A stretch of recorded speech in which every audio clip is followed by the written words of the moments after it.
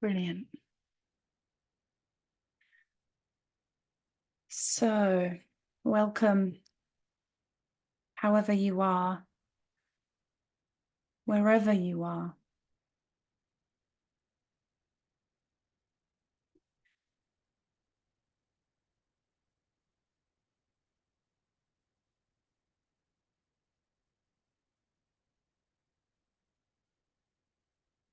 And with these meditations, perhaps the most important thing that I feel comes through is that you are the highest authority on what happens to you, to your body, to your mind. So that means that you can take up whatever posture your body wants.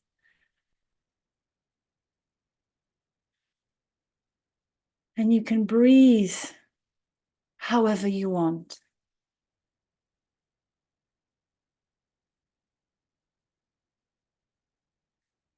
To see if you can really allow some softness. You can lie down. You can sit up with your back straight.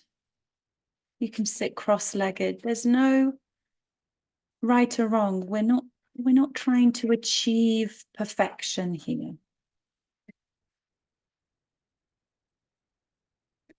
This is really about listening to your needs moment by moment and being able to respond to those needs. If at any point in time you notice a twitch, a twinge, a need to move, see if you can just follow your body's need. Oh, Alden's here. Nice. So the invitation here is to be fully you.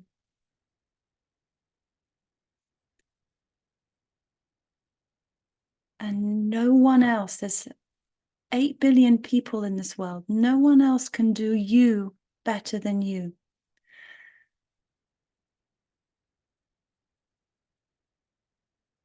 And that might be comforting, reassuring.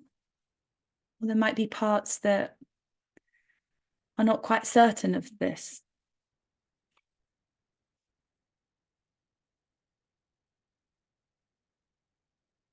Let's see if you can really allow yourself to be full of you.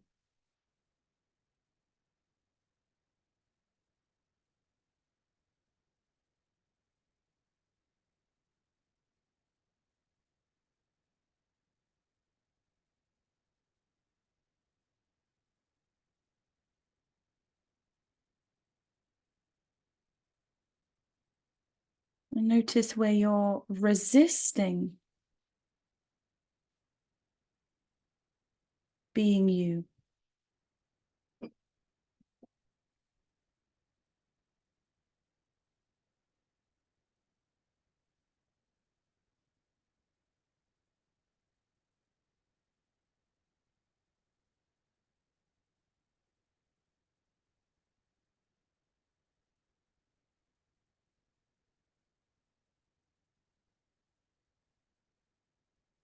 What are you still fighting?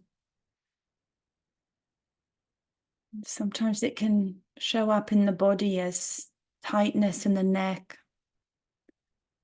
in the shoulders, contraction in the chest,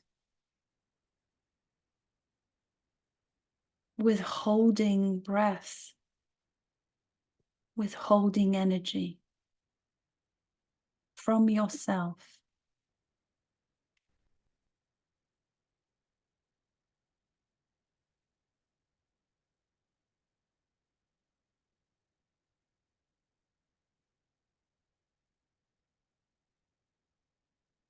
And especially, we're very used to holding our stomach in. So here, there's a very special invitation to let the tummy be soft, expansive, take up space.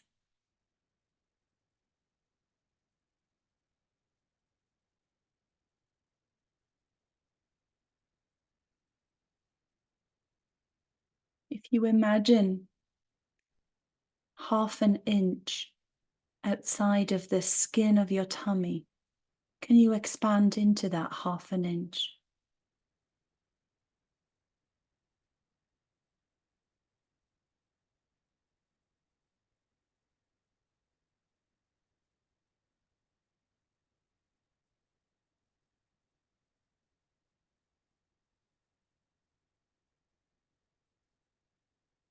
And if allowing softness in your tummy area feels uncomfortable, unnatural,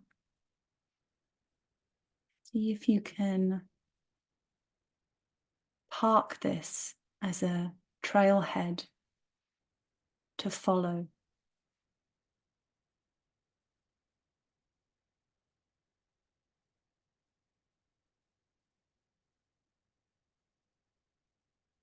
Whatever resistance, contraction we notice either in the mind or in the body,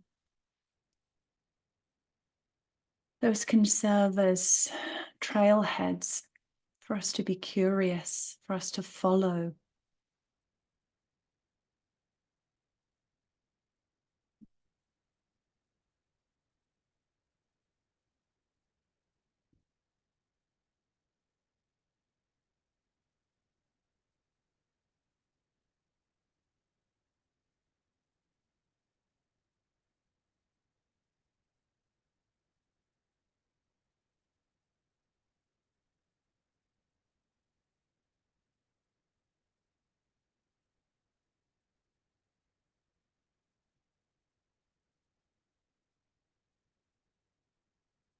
And just see if you can spend a couple of breaths noticing what's here for you now.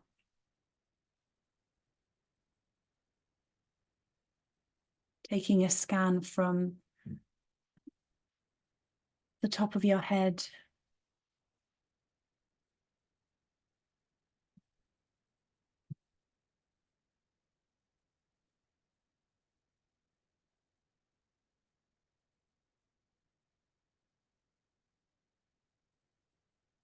to the shoulders, the arms,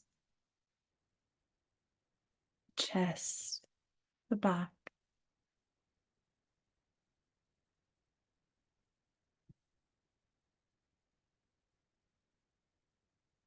Down the length of your spine, your tummy, and sitting bones.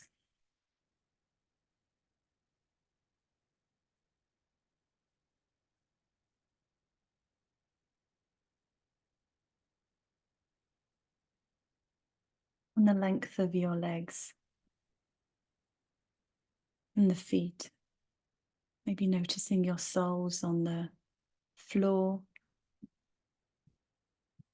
Maybe your soles noticing, resting on the surface that you're on.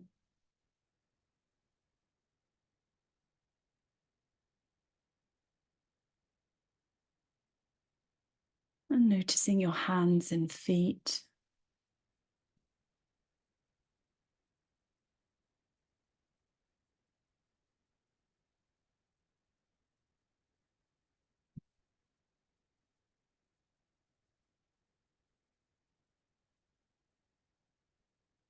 And really, this is an exercise in something called interoception.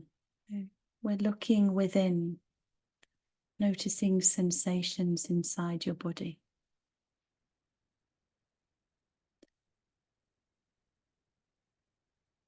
And there is a school of thought among therapists that if the client is able to tune into and sense their own heartbeat,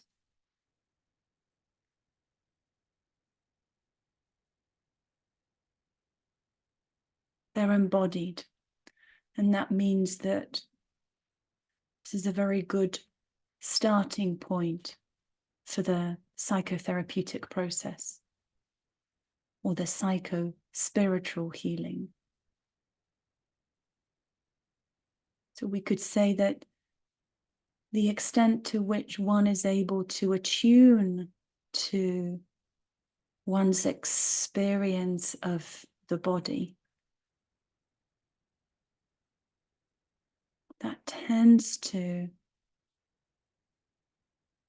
go hand in hand with the quality of healing and also access to self.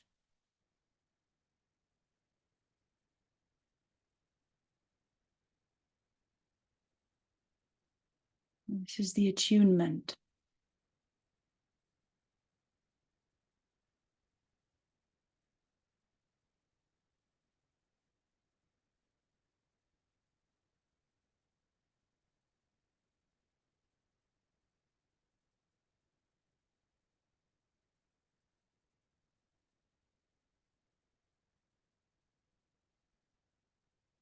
So as a gentle little exercise, just check in, and if you sit quietly, can you feel your own heartbeat?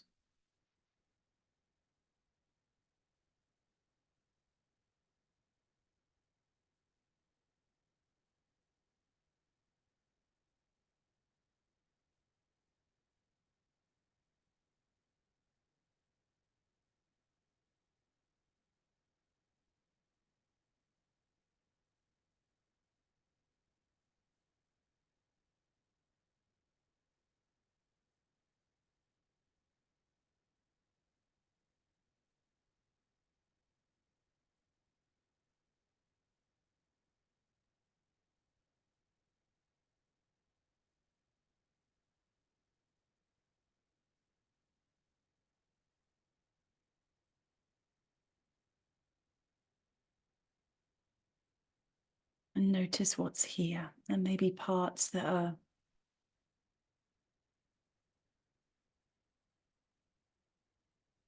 feeling fearful of feeling your heartbeat. If you can welcome them in.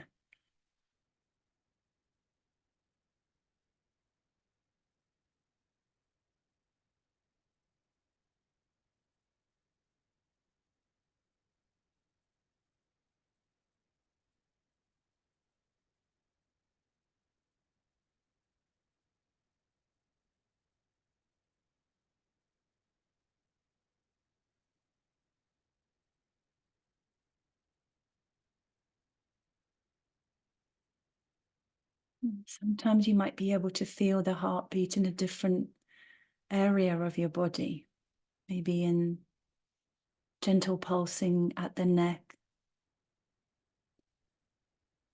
If your fingers are interlocked, you might be able to feel some gentle pulsing at the fingertips.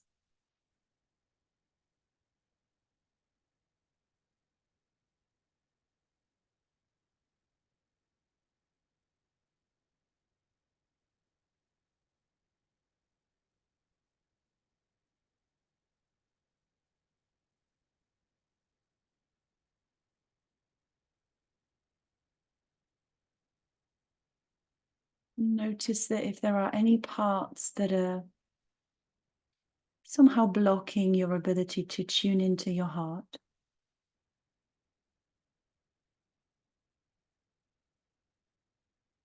notice how the heart doesn't mind this. It continues beating, whether it's noticed or not,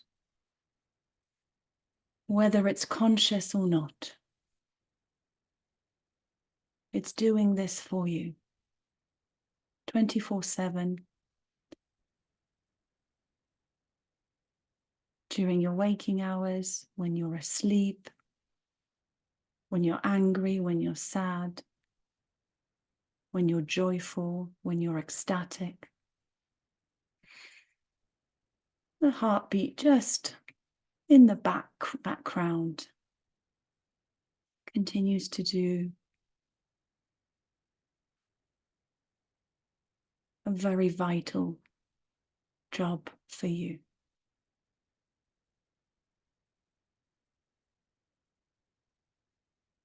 This is a little bit like self.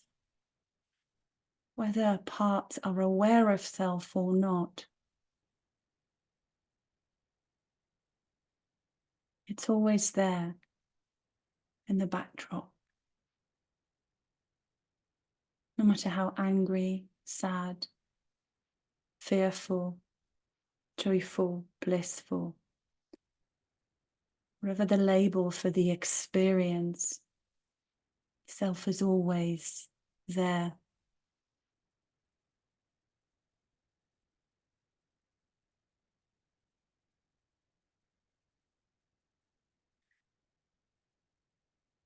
But what's more intimate about self is that it's closer than your heartbeat.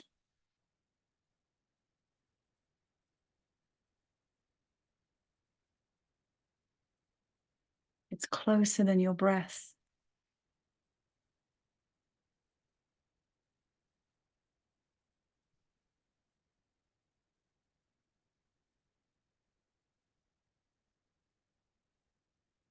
It's closer than close.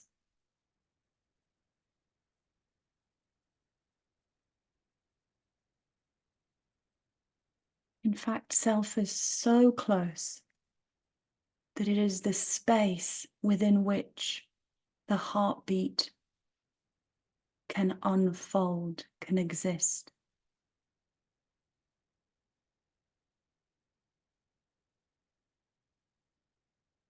This is how primal, how native self is to our being.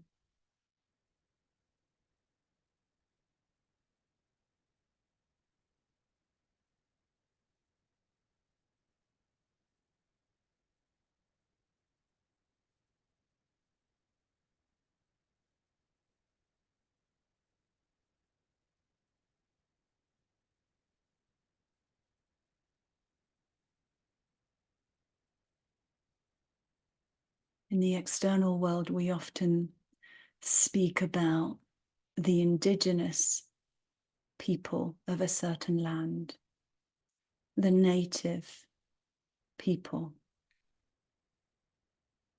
And if we take that a step further,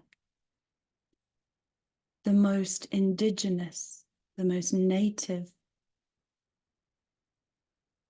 aspect of consciousness, of being, is self.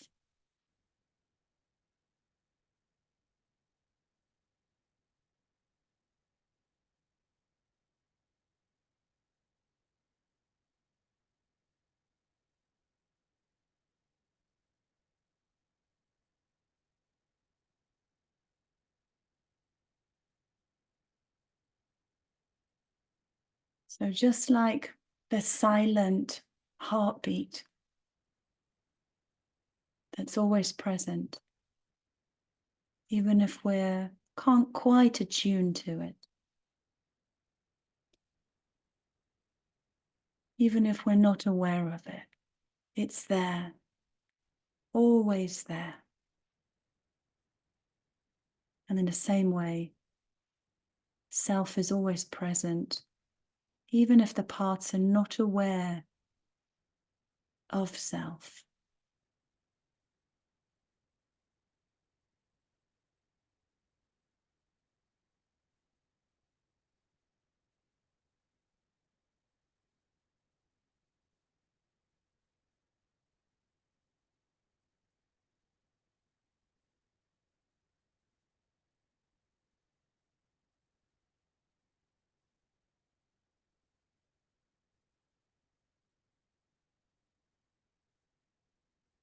So just to conclude this little exercise, tuning into your own heartbeat, if there were any parts that were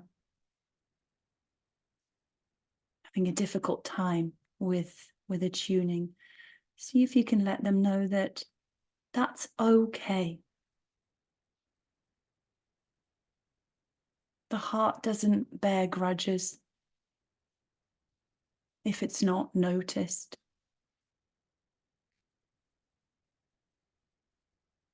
It doesn't keep any record of wrongdoing.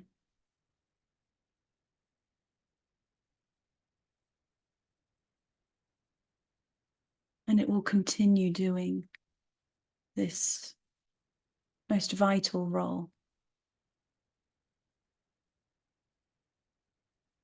And maybe that can be reassuring for the parts that somehow maybe feel they aren't good enough at attuning to the heart. That's perfect. That's fine. That's where they are at. No hurry.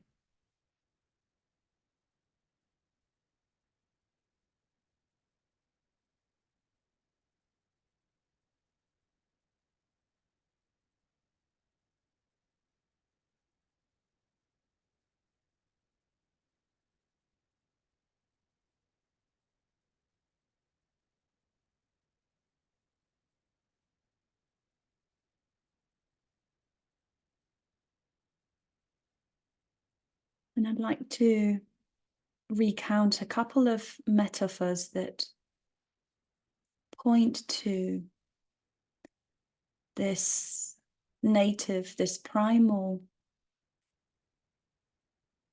essence of our being, self. And the couple of metaphors are, one is of the open sky and the other one is of the ocean.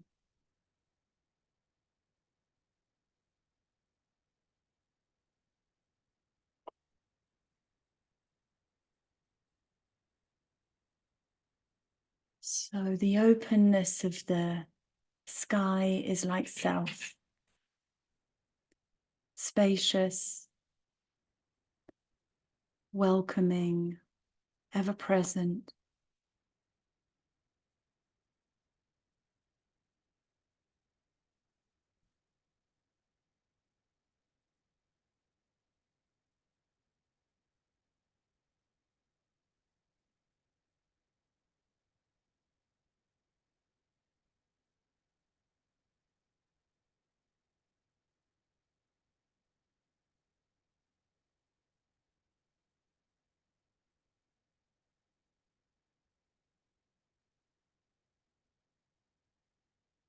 And we can compare any weather patterns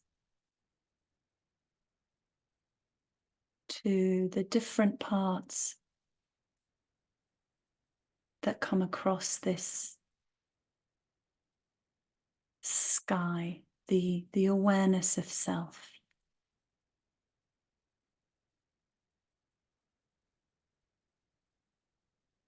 See if you can attune for a moment the quality of the weather in your inner world right now.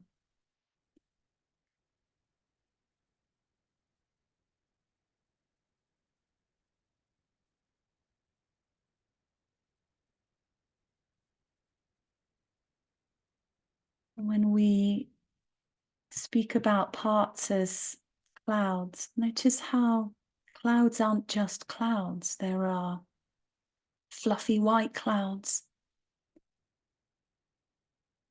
expansive, thin-layered clouds,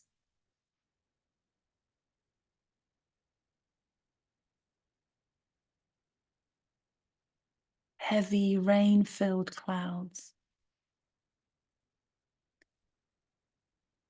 Some clouds are higher up, some clouds are lower down. The invitation here is to scan within your inner world, you as self, casting an expansive gaze across your inner world. And notice the nuance, notice the diversity.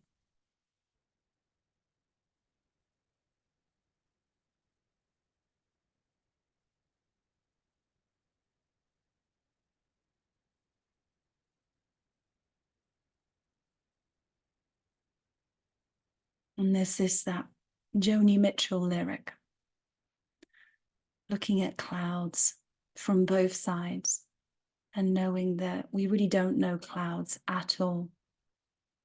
We think we know, but there's so much more. And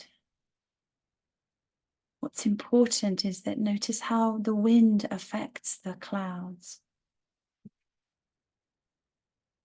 So the moods in the inner world can reshape, reform, affect.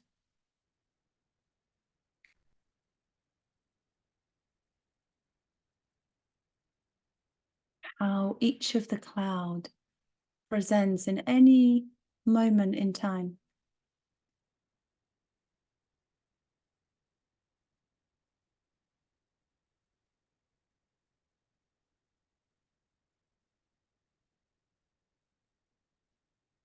We say, you never cross the same river twice.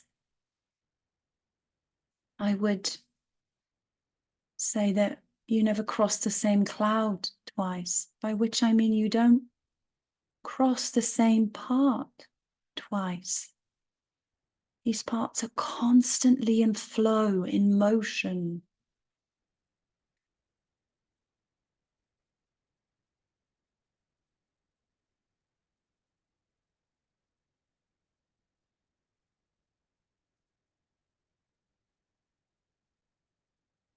Forming, dissolving, appearing, disappearing.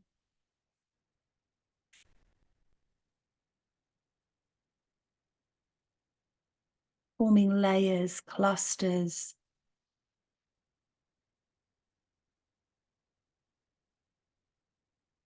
The inner world is in a continuous state of flow.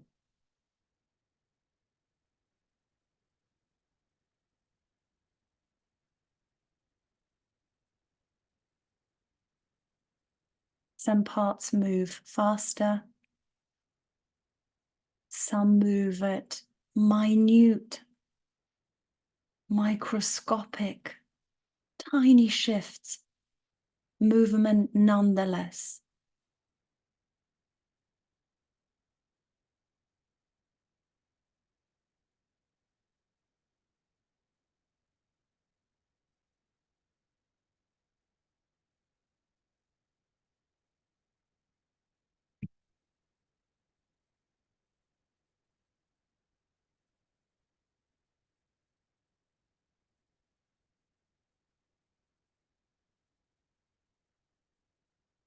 See if you can attune to this sense of the openness of you, of self,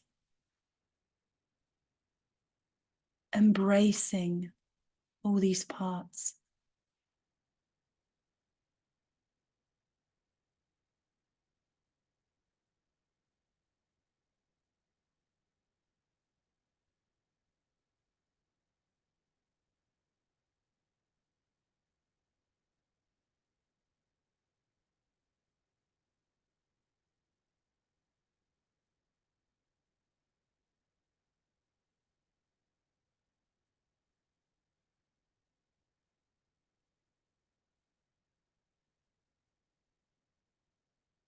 Welcoming them as sacred guests.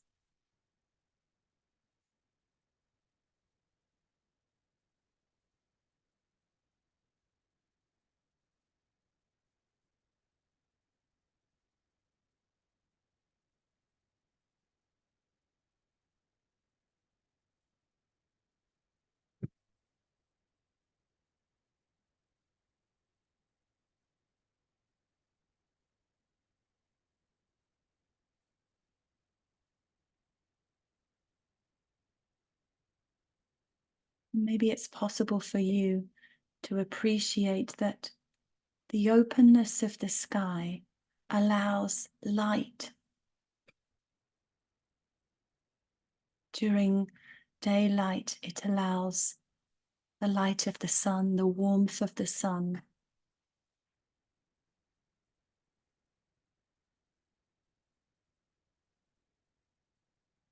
And at night time, the moon reflects the light of the sun.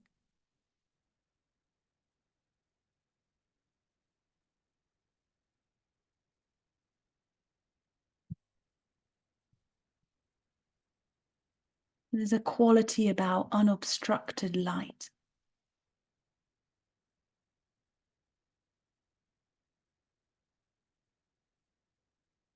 Unobscured, unmediated.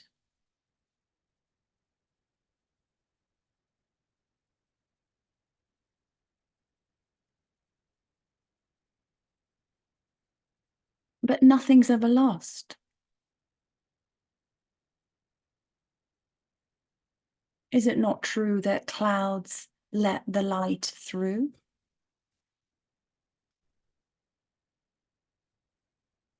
Do clouds, i.e., do parts, truly block the light of self? Can they block the light of self?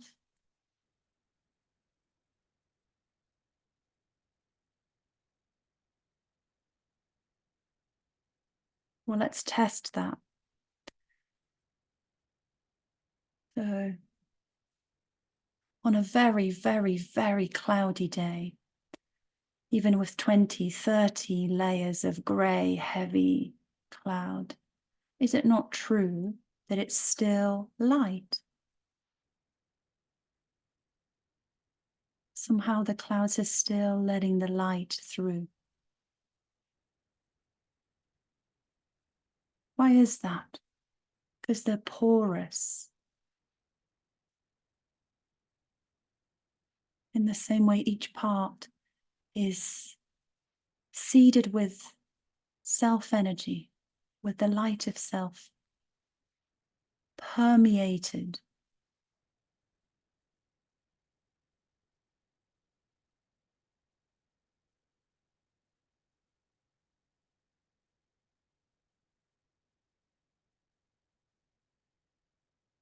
Like each part is a conduit of self.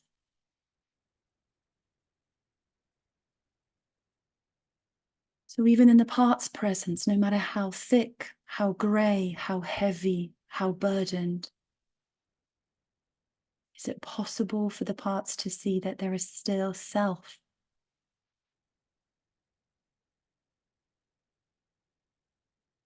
Maybe more difficult to see, more obscured.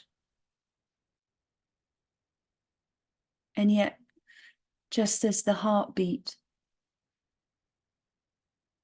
carries on beating for us, whether we know it is there or not,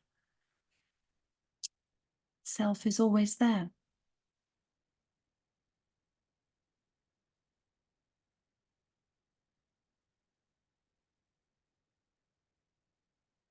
This is one metaphor that can be used to convey this sense of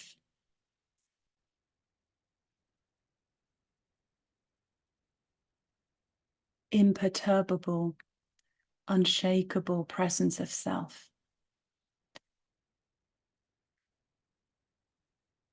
No matter what guest.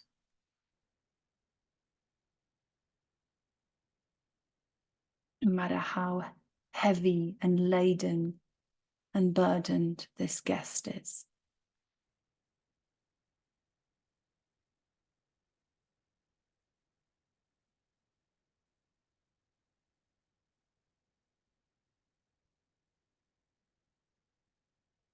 And the other metaphor here that I'd like to offer is that of the ocean.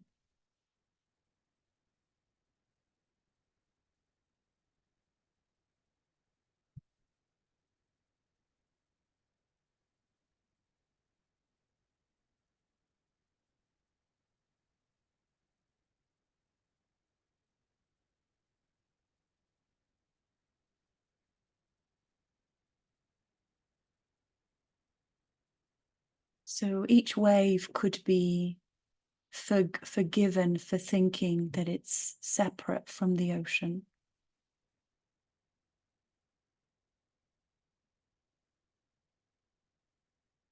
Just as parts forget that they are intrinsically part of self.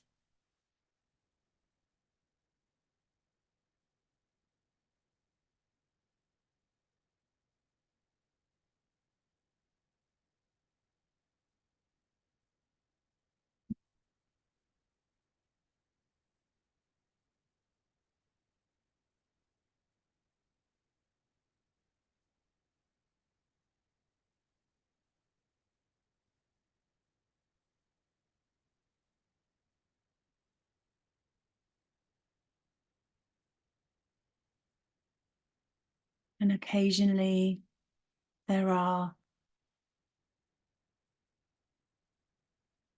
more volatile surface waves.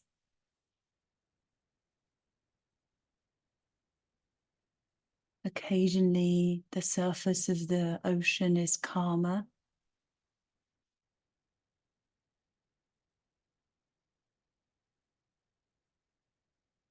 None of which affects the intrinsic essence of the ocean, which is water.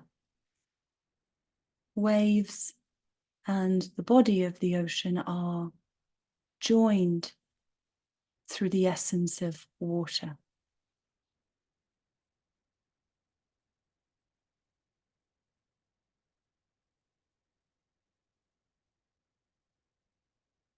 Notice how there's no competition here. The ocean doesn't attempt to always be perfectly calm. The ocean doesn't strive for as fewer waves as it can get.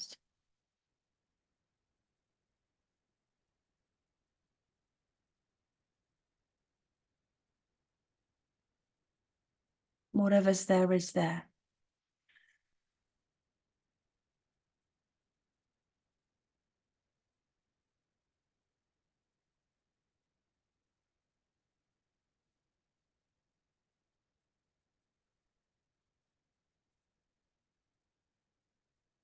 And the waves are inseparable from the ocean.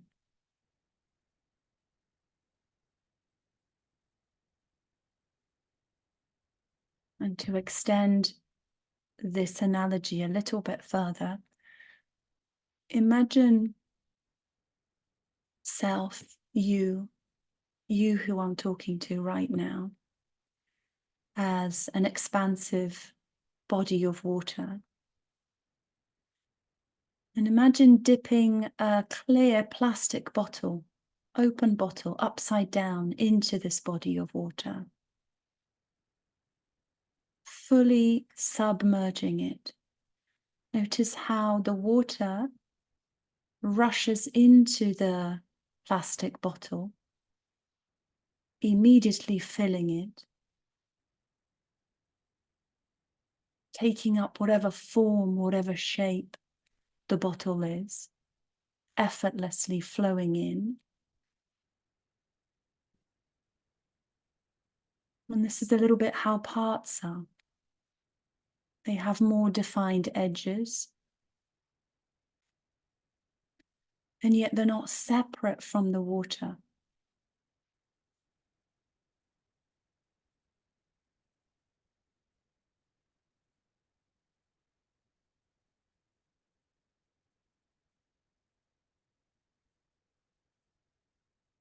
There's but a thin layer of plastic that separates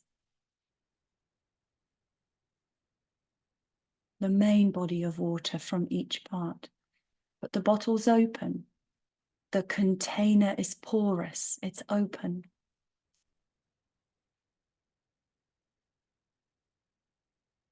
And the contents of the bottle are water, just as the contents of the ocean is water. And this is another way of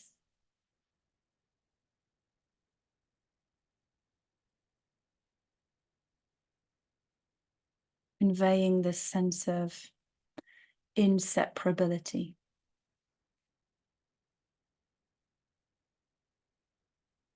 And if you have some creative, playful parts here. Maybe they like to think about what color water they would be. And you could imagine self as an expansive body of water with these different shapes, different containers, different colors of water.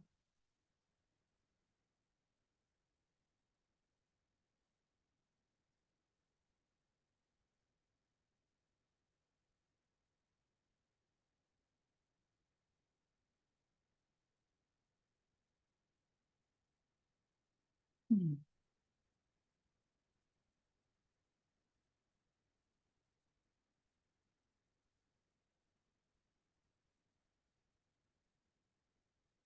There might be some parts that says, oh, plastic shouldn't go into the ocean. I don't want to be plastic. Let me be something else.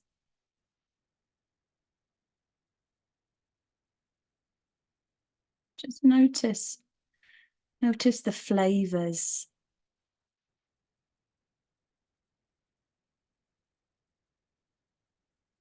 of your inner world.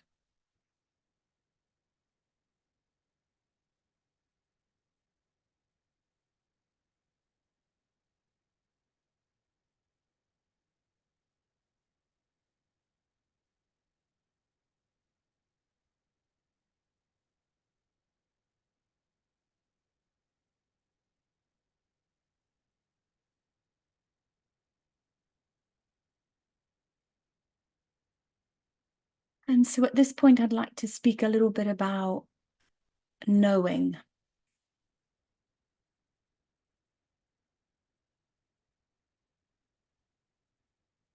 This isn't so much an intellectual knowing,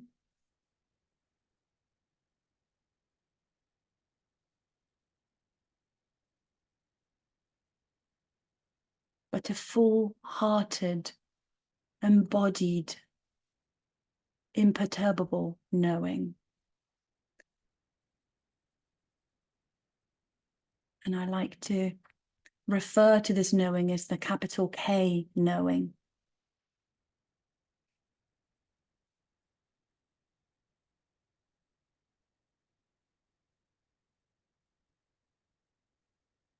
The more exposures we have, or glimpses, or the more insight we have of self. And this is what IFS is so fantastic. We get to be the bodhisattvas of our own psyche.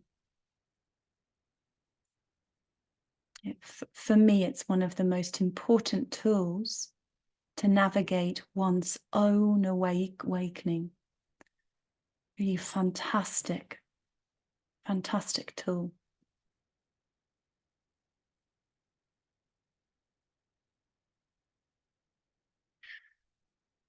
But what it does is that we arrive at sort of the critical mass of knowing. At some point, there's a tipping point in our healing journey where the knowing, and many of you I know in this group are already firmly there without a shadow of a doubt. And I really celebrate that. It's beautiful. But at some point in our journey, we arrive at this knowing. And I like to compare this knowing to this. Each of us in this Zoom room or on this Zoom call,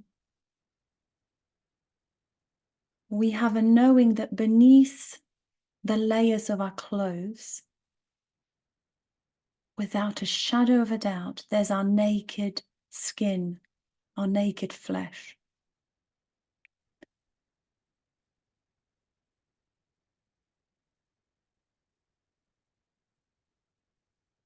I'm very certain that none of us would need to start to strip the clothes off in order to prove this to ourselves. We simply know, we know it. And this isn't just an intellectual knowing, this is we can feel it. we can feel our naked flesh beneath the clothes.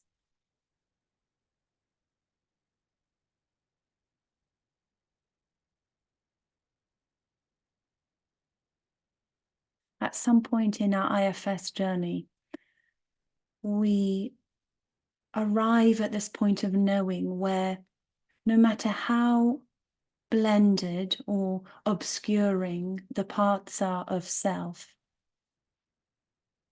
we know that self is, in fact, present.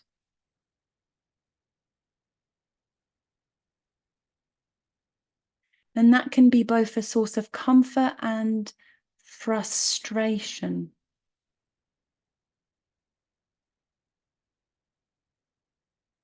Because whereas previously we were sort of unconsciously blended, now we may find ourselves consciously blended. And it's a little bit like we see ourselves repeating patterns sort of knowingly in slow motion. It's like, there it goes again. So that's the kind of frustrating side of the coin.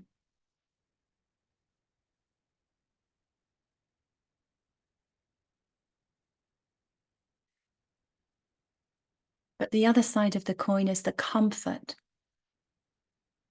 that self is here permanently. And we may even come to a point where just as we don't have to strip layers off ourselves to prove that we're naked as the day we were born,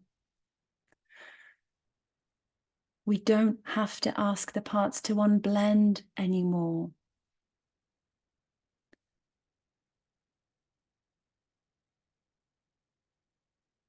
Because we know that the light of self shines through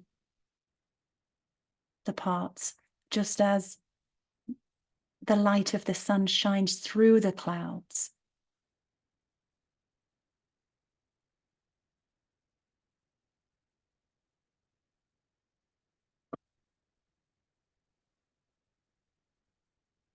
So parts acquire a certain type of luminosity, openness, porousness.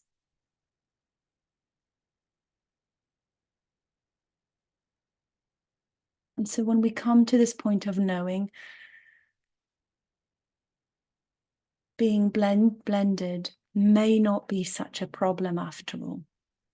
Though, as I've said, sometimes we continue to go round and round the same patterns consciously. But the only way out is through. So we do need to arrive at this point of consciousness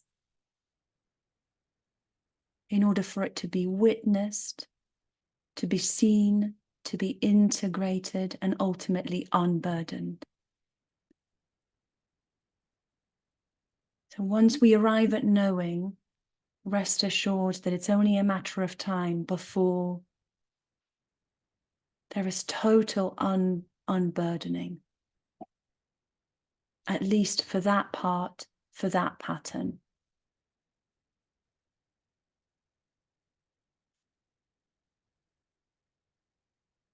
Another, just the final one before we come to the end of this.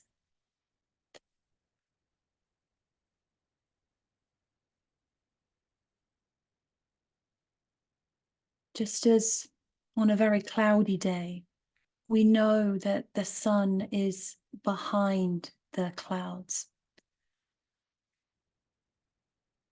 We wouldn't need to start to move clouds apart in order to prove that to ourselves. We simply accept and know that that is the case. And again, in our IFS journey, this is the point that we come to, this point of knowing.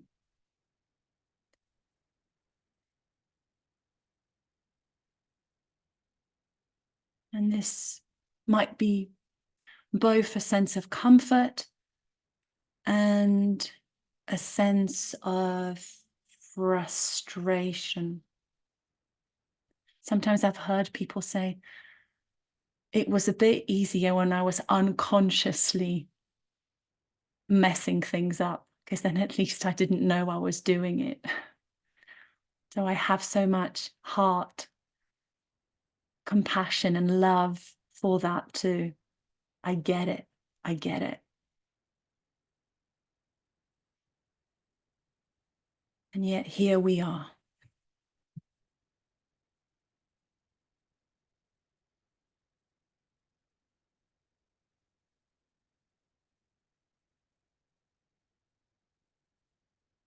And this is this paradox.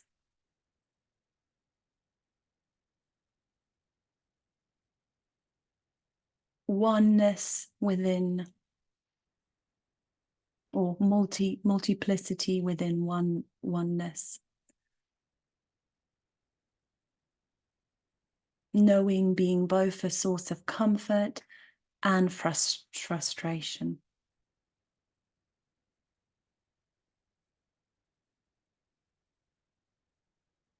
Clouds somehow having the ability to obscure the light of the sun, and yet the sun still filtrates through.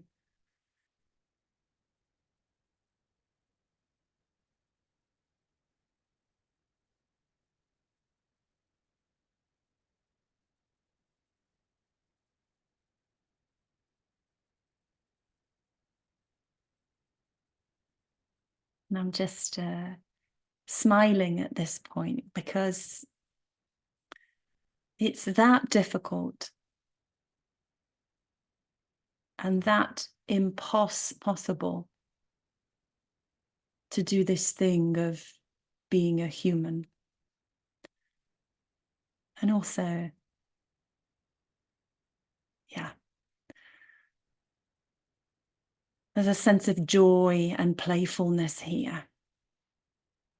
This hide and seek.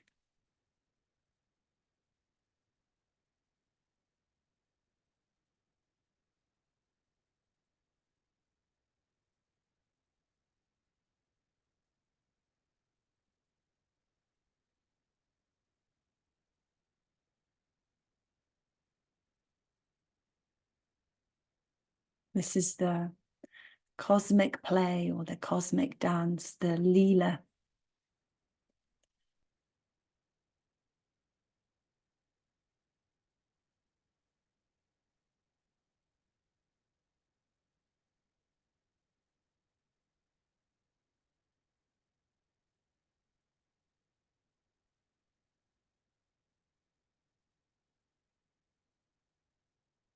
So I'll leave it at that and see if you can just let yourself settle back into the body.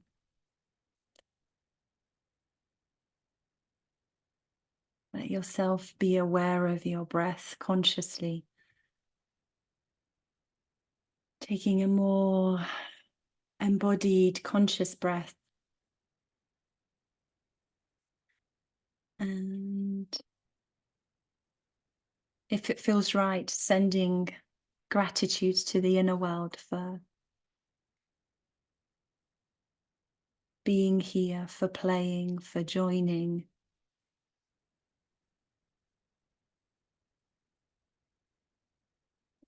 And when I say the inner world, I also mean the body. Gratitude to the body.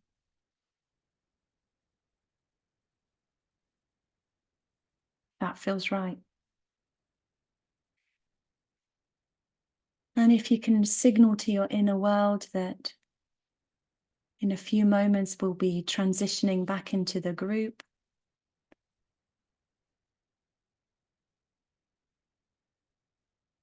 maybe you can take a moment to orient yourself around the room that you're in.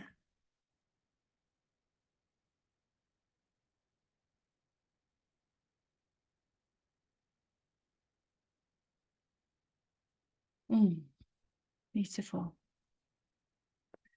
I'm going to stop the recording.